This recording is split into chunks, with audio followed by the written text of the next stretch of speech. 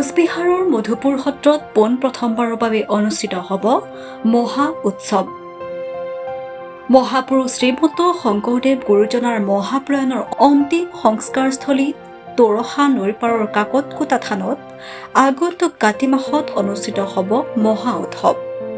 মধুপুৰ সত্ৰত অনুষ্ঠিত হোৱা এক ৰাজহুৱা সভাত ঘোষণা কৰে বৰপেটা সত্ৰৰ বুঢ়া সত্ৰীয়া ডক্টৰ বাবুল চন্দ্ৰ দাসে। কাকতকোটা থানৰ উন্নয়নৰ স্বাৰ্থত এই মহা উৎসৱ অনুষ্ঠিত হ'ব। বৰপেটা সত্ৰৰ বুঢ়া সত্ৰীয়া ডক্টৰ বাবুল চন্দ্ৰ দাসক সভাপতি আৰু ধনান্তৰ ভকতক সম্পাদক হিচাপে লৈ 19জনীয়া সমিতি গঠন কৰা হয়। মহা উৎসৱত অসমৰ মুখ্যমন্ত্ৰী ডক্টৰ হিমন্ত বিশ্ব শৰ্মা, বিধানসভাৰ অধ্যক্ষ ৰঞ্জিত কুমাৰ দাসকে ধৰি কেইবাজনো মন্ত্ৰীক আমন্ত্ৰণ কৰিব আয়োজক সমিতিয়ে। সমান্তৰালভাৱে পশ্চিমবংগৰ মুখ্যমন্ত্ৰী, বিধানসভাৰ অধ্যক্ষক নিমন্ত্ৰণ। অসম চৰকাৰক কাকতকোটা থান সংৰক্ষণৰ ক্ষেত্ৰত পদক্ষেপ গ্ৰহণ কৰিবলৈ দাবী জনাই আয়োজক সমিতিয়ে। সভাখনত উপস্থিত থাকে বৰপেটা সত্ৰৰ বুঢ়া সত্ৰীয়া ডক্টৰ বাবুল চন্দ্ৰ দাস, অসম সত্ৰ মহাসভাৰ সভাপতি জিতেন্দ্ৰনাথ গোস্বামী, সভাপতি জিতেন্দ্ৰনাথ প্ৰধানী, শিৱসাগৰ জিলাৰ ভাস্কৰ্য শিল্পী অমৃত মহন্তকে ধৰি অসমৰ বিভিন্ন সত্ৰৰ সত্ৰাধিকাৰ তথা ভক্ত। ধন্যবাদ জ্ঞাপন কৰিছোঁ যে সুদূৰ মধুপুৰলৈ আহি তেওঁলোকে আজি প্ৰচাৰৰ কাৰণে আহিছে। গতিকে মই পুনৰবাৰ ধন্যবাদ জনাই মই কৈছোঁ যে আজিৰ উদ্দেশ্য যিটো যে যিজনা মহাপুৰুষ শংকৰদেৱে অসমীয়া জাতিটো গঢ় দি থৈ গ'ল, অসমীয়া জাতিক এটা উন্নত জাতি হিচাপে প্ৰতিষ্ঠা কৰাৰ ক্ষেত্ৰত যি প্ৰদান দিবলৈ সমস্ত প্ৰদান দি গ'ল, সেইজনা মহাপুৰুষক আজিও সমাধিস্থল অৱহেলিত, বঞ্চিত। গতিকে তাত মাত্ৰ এটা নামঘৰ আছে, ইয়াৰ স্থানীয় লোকসকলে নামঘৰটো সাজিছিল আৰু তাতে তেওঁলোকে কিবাকৈ বৰ দুখীয়া মানুহ 10 ঘৰমান মানুহ আছে, তেওঁলোকে নামঘৰটো চলাই আছে, তাতে প্ৰসংগ পাতি কৰি আছে। আমি নিজেও এদিন প্ৰসংগ কৰি আহিছিলোঁ, অৱস্থা দেখি মোৰ কান্দোন ওলাইছিল। মানে যিজনা গুৰুই আমাৰ অসমীয়া জাতিটোক সমস্তখিনি দি থৈ গ'ল, সেইজনা গুৰুৰ আজি দুৰ্ভাগ্যৰ বিষয় যে আমি অসমীয়া জাতিৰ একেলগ হৈ আমি সমাধিস্থল নহয়, এটা স্মৃতি সৌধ হিচাপে থাকিলেহেঁতেন যে গুৰুজন আহি ইয়াতে সংস্কাৰ হৈছিল তোৰছা নদীৰ পাৰত কাকতকোটাৰ।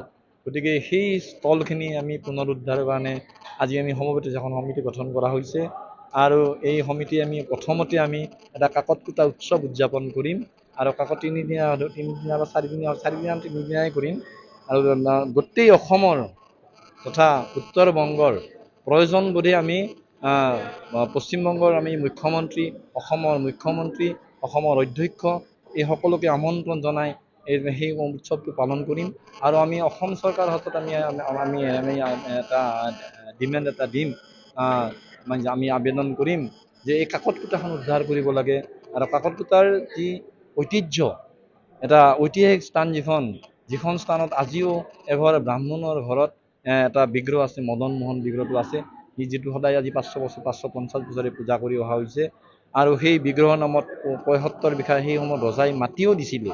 গতিকে আজি সেই মাটিখিনি ক'ত? ৭৫ বিঘা। গতিকে সেই ৭৫ বিঘা মাটিৰ আজি কিছু বেদখল হৈছে, কিছু নদীত গৈছে, কিন্তু বাকী মাটিখিনিৰ উদ্ধাৰ কৰিব লাগে। গতিকে এই সমস্ত কথাখিনি আমি চিন্তা কৰিয়ে এনেধৰণে আজি এখন সমিতি গঠন কৰা, উদযাপন সমিতি গঠন কৰা হৈছে আৰু আমি এখন আহ্বায়ক সমিতিও গঠন কৰিছোঁ আৰু এই আহ্বায়ক সমিতিখিনি আমি উন্নয়নৰ কাৰণে আমি কি কৰিব পাৰোঁ আমি তেনেকৈ আমি আগবাঢ়ি যাম। প্ৰথম হ'ব এইটো কাতি মাহত তাৰিখটো আমি ঠিক কৰিম, ঠিক কাতি মাহত হ'ব। এই বিষয়ে তেওঁক ধন্যবাদ জ্ঞাপন কৰিছোঁ, তেওঁ যিটো অনুদান দিছে আৰু আমি জানো যে তেওঁ মুখ্যমন্ত্ৰীয়ে নিশ্চিতভাৱে মধুপুৰৰ কাৰণে যথেষ্ট তেওঁ অৱদান আছে আৰু এই ক্ষেত্ৰতো তেওঁ নিশ্চিতভাৱে তেওঁক যদি আমি জনাম তেতিয়া নিশ্চিতভাৱে তেওঁ ইয়াত সহায় কৰিব নিশ্চয়। আৰু মই মধুপুৰক পুনৰবাৰ তেওঁ মানে উন্নয়নৰ কাৰণে যিখিনি টকা তেওঁলোকে বাজেটত ধৰিছে তাৰ বাবে ধন্যবাদ জ্ঞাপন কৰিছোঁ। বিষ্ণু ৰয় ৰিপৰ্ট, NEView।